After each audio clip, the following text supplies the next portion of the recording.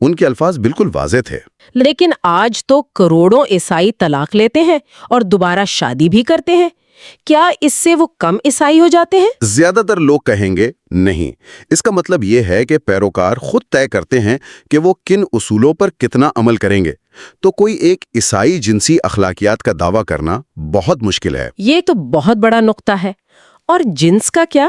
وہ تو سیدھی سی بات ہونی چاہیے، ہے نا؟ آپ کو بھی ایسا ہی لگتا ہے نا؟ لیکن کتاب بتاتی ہے کہ جنس کی تعریف بھی اتنی ہی پھسلواں ہے۔ مثلاً جیسے طالبان کے دور حکومت میں اگر کسی عورت کا ٹخنا نظر آ جاتا تو اسے ایک سنگین جنسی جرم سمجھا جاتا تھا۔ محض ٹخنا نظر آنا؟ جی ہاں۔ دوسری طرف کچھ قدامت پسند امریکی عیسائی حلقوں میں غیر شادی شدہ نوجوانوں کا ایک دوسرے کو آرگازم تک پہنچانا سیکس شمار نہیں ہوتا جب تک کہ ایکچول پینیٹریشن نہ ہو۔